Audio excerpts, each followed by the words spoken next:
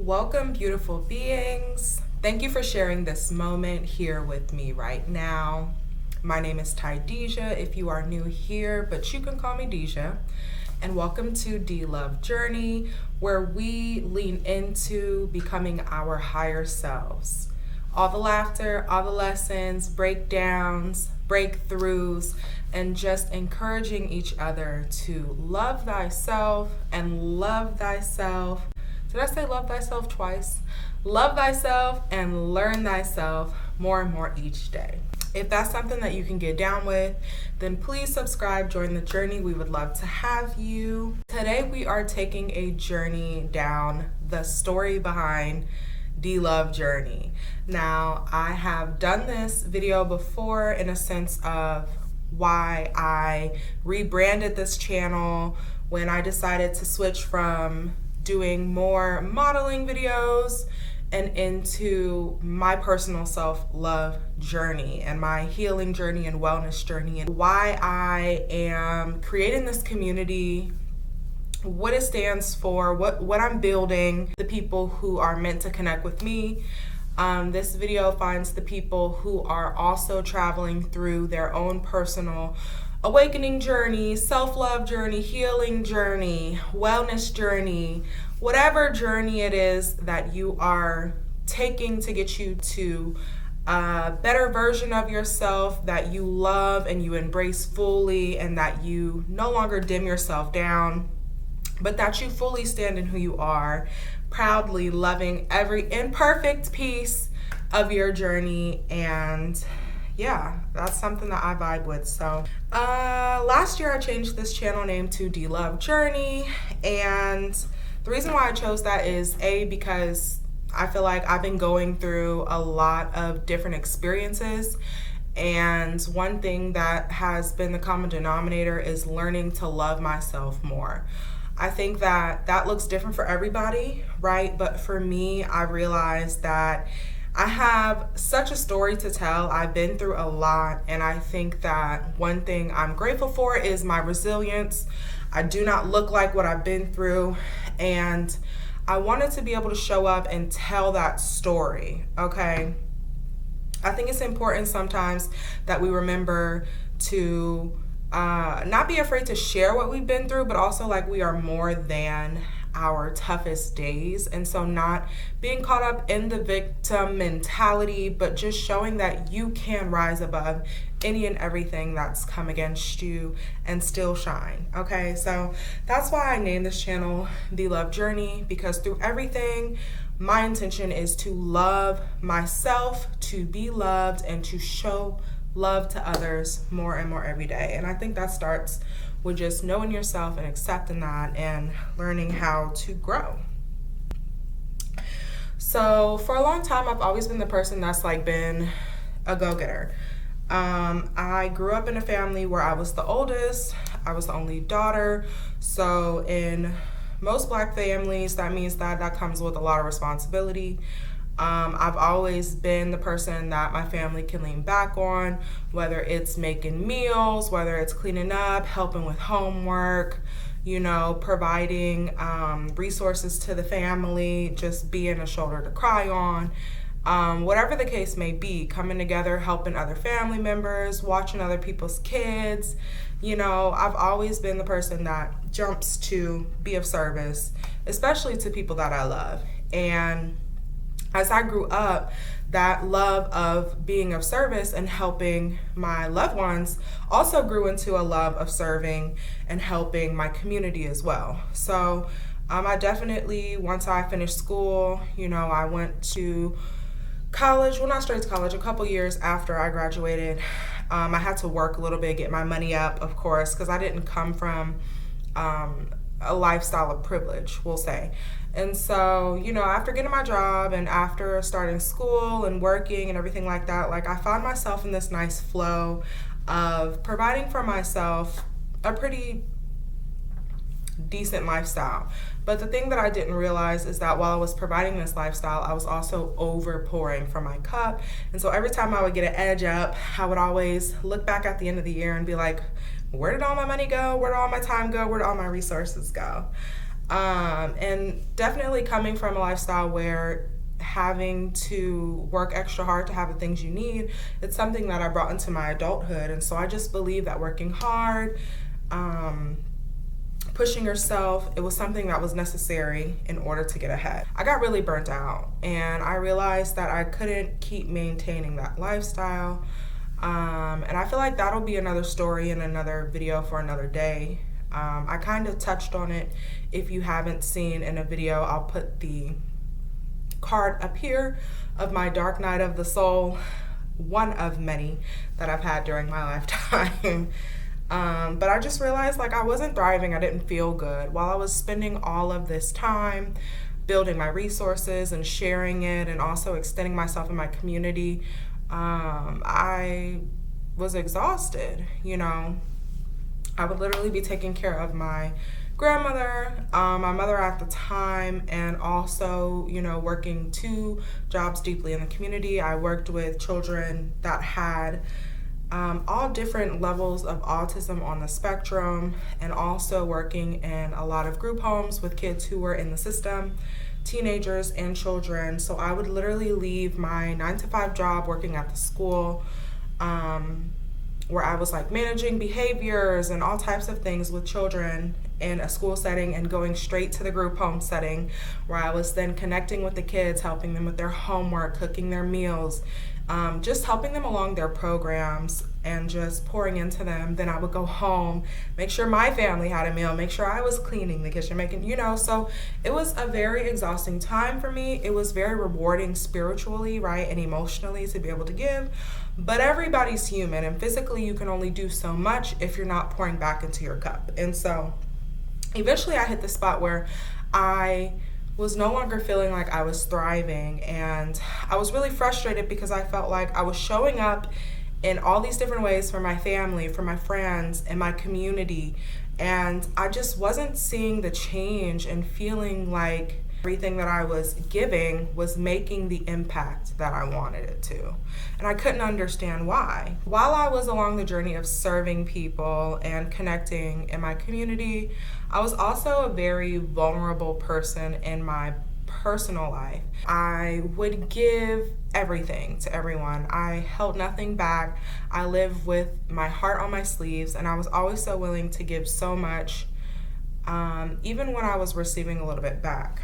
That freedom that I lived by was definitely something that I valued and was a core part of me.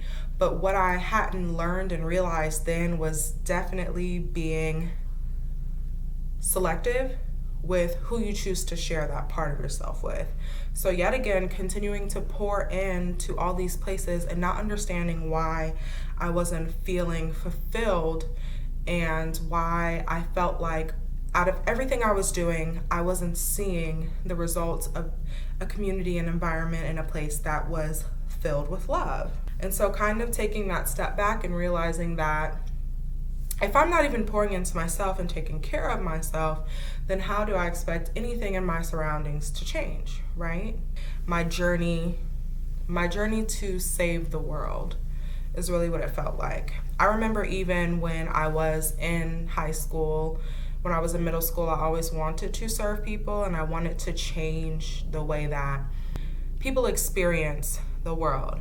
I've always thought that, oh, I can change the textbooks, you know, in the education system, and maybe if people had true knowledge about their ancestry and the things that happened, then maybe they would care more to actually engage in activism or whatever, you know, avenue they wanted to take to make this world a better place. Then I thought, well, maybe if I can't influence the education system, then me getting in the community and working with kids and pouring into them love, helping them to get access to resources and to help that I never had would then make the world a better place, right? But I quickly learned that if the home life isn't maintaining that and reinforcing that love and that energy, that attention and the nurturing that I'm giving, then when I send my kids home from school or from, you know, the program, and they come back, they're often just as drained as I am, you know? Understanding that no one person can save the world. This is not a one-man job. And that was a really hard thing for me to accept, because I just had it in my heart that other people would care about these things just as much as I did, and that my love of people and my love and want to see my community do better was a shared and commonality in other people's hearts and minds. And it's not. I hate to say it, but there are a lot of folks around here who are self-centered. They don't care about people, or they are not sure that they have any ability to change anything. After that realization of it not being that simple, I feel like I really had to pivot how I showed up in the world. And that's a tough thing to do when everything that you try to show up as, whether it's in social services, helping people, find the resources they need for food, for healthcare, for homeless assistance, and whatever. And even now to this day, I have a human service career that I'm still in, because I do still believe in people 100% in providing resources. But I understand that that part that I play will not in and of itself change the world. Now I understand that it's individual based, and while having access to basic needs, while having access to opportunities, healthy lifestyle, healthy food, nurturing, love, knowledge, education, etc., right, does help a person in a community, it ultimately comes down to the individual. We have to learn to love ourselves first and foremost. We have to learn to know ourselves. We have to remove all of the conditioning that has been placed on us from the beginning of time, whether from our family members, whether from our friends, whether it's from our community organizations like churches or groups. And we have to learn how to remove all of these labels and all of these things that have been placed on us of what's the right way to act and what's the right way to be, and really realize, who are we? Who is that inner child? Who is that person that was in you that loved to run outside and ride their bike through the mud, or read books, or draw and color and paint? Who is that individual, and how can I see that person in the everyday adult that I deal with and that I work with on a regular basis? The shift and the transition for me was, instead of looking at the big picture of the whole wide world and fixing everything, it's understanding that it really is an interpersonal relationship and communication that you have to have with you and the man in the mirror, as someone so wise, like the great Michael Jackson has said. You and the man in the mirror. Who is that person, right? What is it about her that I want to connect with? What is it about her that I want to understand? What is it about her that I need to heal? What is it about her that I have suppressed and forgotten? What is it about her that would make her feel loved, that would make her feel seen, that would make her feel happy? Getting back to that relationship and connection, the self-love that we have with ourselves, is one of the biggest and most important journeys that we will take here in this life. And so that shift for me changed everything. It changed all of my dynamics, my career dynamic. It changed my relationship dynamics. It changed my family dynamics. It changed my health dynamics. It's changed everything. And I want to show up vulnerably and share that with the world, so that those who are also on the same path of frustration, where things have to change, you feel like things shouldn't be the way that they are, and you're just so frustrated with pouring so much into your community, into your family, into everything else, hoping to see the love, to see the growth, to see the thriving, and just being so let down by not actually experiencing that. Realizing how we can take it back to square one, like our ancestors did, and really look at the man in the mirror and embrace that person, shifting back into valuing uniqueness, shifting back into valuing our imperfections, our differences, not only as a community, but as spiritual beings,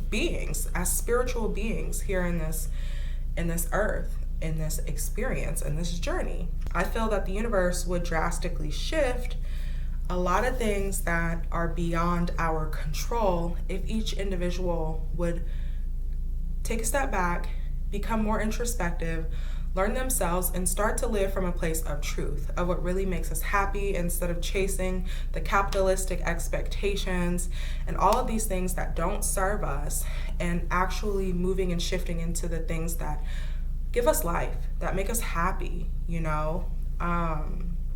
So yeah, that was a big shift for me, and why I decided to go ahead and transition this channel to the Love Journey.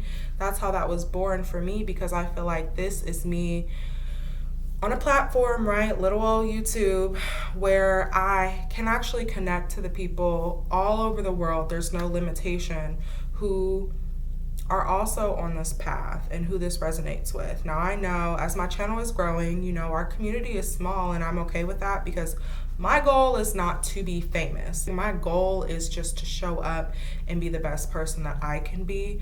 My goal is to help others to be the best that they want to be and can be.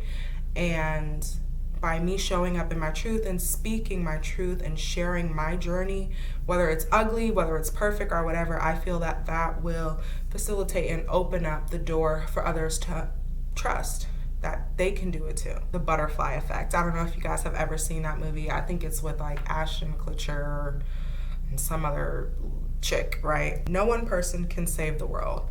By me connecting back to myself, that affects my individual household, whether it's my partnerships, my relationships with my siblings, my parents, my cousins, my coworkers, my friends, you know, and even my enemies, the people who I come across who I have conflict with, which I wouldn't say enemies, but you know what I mean, right? How I choose to engage with them is based on how I engage with myself and how I feel about myself. And so if I know myself and I love myself for who I am, I respect myself, and I uphold my boundaries, then the way that I engage with the people in my environment will change to reflect that.